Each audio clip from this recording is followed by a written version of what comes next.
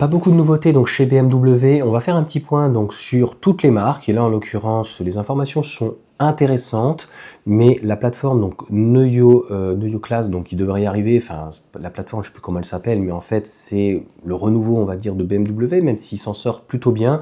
Quand je dis renouveau, c'est quand tu vois le X1 et encore le plancher à l'arrière est presque plat, mais quand tu vois et le rapport qualité-prix est plutôt intéressant, même si c'est une traction, c'est quand même dommage donc pour BMW qui a fait sa réputation sur les 6 donc en ligne, mais aussi donc des propulsions. Eh bien la X3 de mémoire, c'était un véhicule fabriqué en Chine. Je ne veux pas dire de bêtises, mais je crois que c'est X1 et X2 qui sont faits en Allemagne, donc je crois en Bavière, mais le X3 était intéressant, ils avaient des leasings qui étaient très intéressants, mais le véhicule avait des lacunes. Donc en termes de taille, on va dire c'était un modèle Y par exemple, mais pour l'avoir vu, le coffre est pas très grand, on n'a pas un plancher plat, le véhicule était très bien optionné, en leasing intéressant puisqu'on est aux alentours des 590 € pour un véhicule qui vaut 50-60 000 €, très bien optionné avec un toit en verre électrique, etc. 286 chevaux, je crois de mémoire, propulsion, enfin ça marchait plutôt bien, charge assez moyenne, autonomie, etc. Enfin, à mon sens, c'était pas au point donc en termes de véhicule électrique. Donc qu'est-ce qu'on demande à un véhicule électrique et qu'est-ce qu'on demande donc à BM? Ben, c'est ce que Mercedes va faire, c'est un vrai châssis donc logiquement dédié. X3 qui va arriver, moi j'attends surtout aussi de la part de BM une citadine, enfin une série 1 ou éventuellement série 2, donc une compacte, enfin, même si elle commence à grandir, hein, 4,60 m, 4,70 m, etc. Donc ça devrait arriver beaucoup plus tard. Le succès était plutôt assez bon sur ce iX3, mais beaucoup mieux sur le iX1 et pas de mémoire de iX5 et X2 était pas terrible. Donc ils savent pas s'ils vont renouveler le X3, le X4 pardon, et la dernière des choses en information, c'est qu'ils parlent des M en CS. Bon voilà, c'est les derniers véhicules donc en 6 cylindres en ligne, donc de la marque bavaroise. Voilà, donc il va falloir qu'ils fassent leur deuil, j'ai envie de te dire. Donc s'ils veulent continuer à vendre des véhicules en Europe, c'est pas moi qui le dédie, et s'ils veulent vendre de toute façon des véhicules en Chine, il va falloir vendre donc, soit des véhicules électriques, ou des rechargeables, ou des prolongateurs, ou autres. Donc s'adapter en tout cas aux législations éventuellement européennes ou chinoises. Donc comme je viens de te dire, le véhicule était intéressant, il faudra voir cette fois-ci à surveiller les volumes, parce que franchement c'était pas digne entre guillemets d'une BMW, je trouvais que voilà, c'était pas foufou.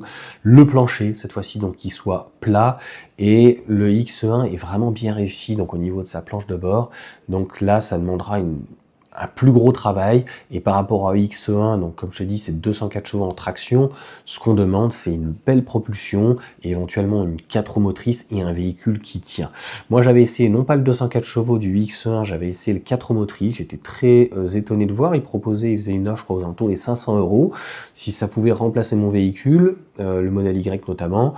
En deuxième véhicule éventuellement, mais comme je t'ai dit, l'autonomie n'est pas assez importante, les charges sont à mon sens moyenne, pour pas dire mauvaise, et pour un 4 roues motrices, je crois que de mémoire c'est la même chose que le QB, 313 chevaux, eh bien on sent que ce n'est pas une bonne voiture électrique dans la mesure où en fait ils ont intégré la batterie et le véhicule est trop lourd, et au niveau du comportement routier en fait c'est pas tôt, c'est pas léger, en fait tu sens que ça entraîne, le couple a du mal à passer.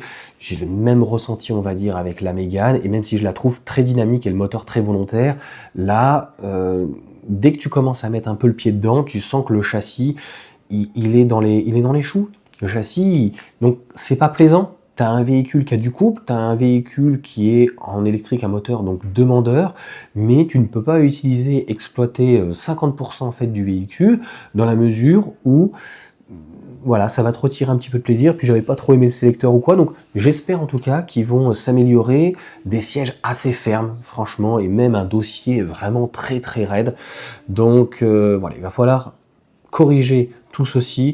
Je pense que c'était pas en tout cas le X3 le meilleur véhicule en tout cas typé SUV de l'année. On l'a bien vu, les ventes étaient assez moyennes pour BM, puisque c'était le X1 et la i4 qui fonctionne plutôt bien.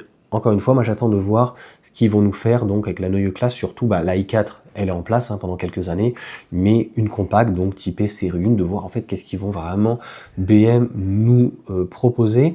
Le seul avantage avec BM par rapport à Mercedes, si on peut en parler très rapidement, c'est au niveau du style. C'est-à-dire que BMW avait gardé un petit peu donc son style baroudeur assez droit, ce que Mercedes n'avait pas fait, donc ça a plutôt bien fonctionné.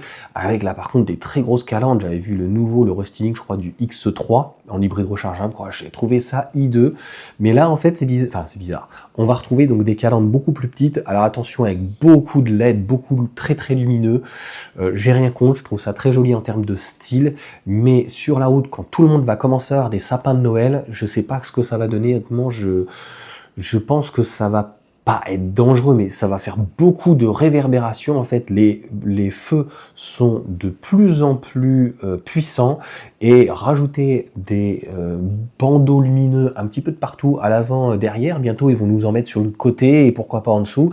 Et puis voilà, on va renommer les marques éventuellement, on sera plus BMW, mais voilà, ça va être Fast and Furious. Fast and Furious, non, je sais pas.